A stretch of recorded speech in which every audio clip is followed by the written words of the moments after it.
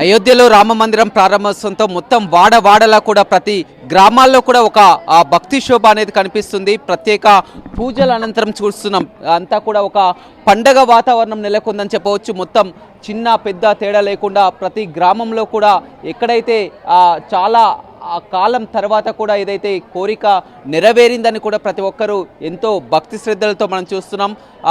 రామాలయంలో ప్రత్యేక పూజల అనంతరం కూడా ఇక్కడ ఏర్పాటు చేసినటువంటి స్క్రీన్లలో ఫోన్లలో కూడా రాముని రూపాన్ని దర్శించుకొని కూడా ప్రత్యేకంగా వారు ఆనందం వ్యక్తం చేస్తున్నటువంటి పరిస్థితి అయితే కనిపిస్తుంది అని చూడవచ్చు. మొత్తం అంతా కూడా భక్తి శ్రద్ధలతో ఇక్కడంతా భజన కార్యక్రమం కూడా కొనసాగించి రాముని దర్శనం చేసుకొని కూడా ప్రత్యేకంగా ప్రసాదాలు చేస్తున్నటువంటి సిచ్యువేషన్ని చూస్తున్నామని చెప్పవచ్చు. ఎప్పుడెప్పుడు అని కూడా వీరంతా ఎంతో కాలంకు ఎదురు చూసినటువంటి పరిస్థితి, ఆ కోరిక, ఆ కళ నెరవేరిందని కూడా ప్రతి ఒక్కరూ సంతోషం వ్యక్తం చేస్తున్నారని చెప్పవచ్చు. చాలా వరకు ఉన్నారు, వారిని అడిగి తెలుసుకుందాం. చెప్పండి, ఎన్నో సంవత్సరాల కళ అని చెప్పవచ్చు, అలా అయోధ్యలో రామ మందిరం బాలరాముని ప్రతిష్ఠించడం ఎలా అనిపిస్తుంది? చాలా సంవత్సరాలకి ఈ కళ నెరవేరింది. ఇలా రామాలయం జనం చాలా పోటెత్తి బాగా జనం వచ్చారు. భక్తులు రాముని సేవించుకోవడానికి చాలా ఆనందంగా ఉంది మాకు. మేము కూడా చాలా పారాయణం చేసినాము, చాలా ఆనందంగా ఉంది. జయ శ్రీమన్నారాయణ. రామచంద్రుడు ఇక్కడ ఉన్నాడని ఒక ప్రత్యక్షమైన నిదర్శనం మనకి ఈరోజు జనాన్ని చూస్తుంటే. ఎన్నడూ మనకు సీతారామ కళ్యాణములో రోజు, అమ్మవారి కళ్యాణం రోజు ఇంతగానం జనాలు వస్తారని ఎవరు అనుకోలేదండి. ఇక్కడే ఉన్నాడు ఆ స్వామి, కొలువై ఉన్నాడు అని చెప్పేసి మేము అనుకుంటున్నాం. రామచంద్రుడు ఉన్నాడు అనే దానికి నిదర్శనం ఈరోజు. అయోధ్యలో అక్కడ చూడడం జరిగింది బాలరాముని. ఇక్కడ మన సీతారాముని రామగిరి వాసుడైన శ్రీరామచంద్ర ప్రభుని మనం దర్శించుకోవడం జరిగింది. చాలా మంది భక్తులు ఈరోజు చాలా చాలా సంతోషంగా ఉన్నది వారి దగ్గర చూడొచ్చు. అంతా కూడా భక్తి శ్రద్ధలతో కూడా ఉదయాన్నే అంతా కూడా ఆ టెంపుల్కు చేరుకొని కూడా ప్రత్యేక పూజలు చేస్తున్నారని చెప్పవచ్చు. ఇది ఒక దేశవ్యాప్తంగా కూడా ఇవాళ దేశవ్యాప్తంగా కూడా ఒక పండగ అని చెప్పవచ్చు. ఒక చిరకాల నెరవేరిందని కూడా చెప్తున్నటువంటి పరిస్థితి కనిపిస్తుందని చెప్పవచ్చు. ఎలా చూడవచ్చు ఈరోజు? జయ శ్రీమన్నారాయణ. 500 సంవత్సరాల కోరిక ఈరోజు నెరవేరింది. నల్గొండ రామాలయానికి తండోపతండాలుగా 1000 మంది 8 గంటల నుంచి ఇప్పటి వరకు సందు లేకుండా 1000 మంది రాముని దర్శించుకుంటున్నారు. ఇది 2వ భద్రాద్రిగా పేరొందిన రామాలయం నల్గొండలో. భద్రాద్రిలో కూడా ఉందో లేదో ఇంత జనసందోహం, కానీ ఇక్కడ 1000 మంది 8 గంటల నుంచి ఇప్పుడు 2 అయింది. ఇప్పటి వరకు కూడా క్యూ లైన్ నడుస్తుంది. ఉదయం నుంచి పారాయణాలు జరుగుతున్నాయి. సాయంత్రం దీపోత్సవం కూడా జరుగుతుంది. ఇక్కడ రామాయణం చాలా గొప్పగా జరుగుతున్నాయి. ఇంకా కూడా సాయంత్రం భక్తులు అధిక వస్తారని మేము ఆశిస్తున్నాము.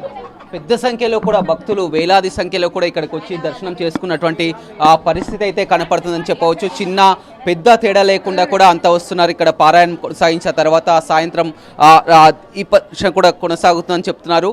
ఏదేమైనప్పటికీ కూడా ఇవాళంతా దేశవ్యాప్తంగా కూడా ఇదే సందడైతే నెలకొందని చెప్పవచ్చు. ప్రతి ఆలయాల్లో కాకుండా గ్రామాల్లో కూడా ప్రత్యేకంగా పూజలు చేస్తున్నటువంటి పరిస్థితి అయితే కనిపిస్తుందని చెప్పవచ్చు. చాలా వరకు విద్యార్థులు కూడా ఇక్కడికి రావడం జరిగింది. చెప్పండి, ఇవాళ మొత్తం మీరు దర్శనం చేసుకున్నారా? ఎలా అనిపిస్తుంది?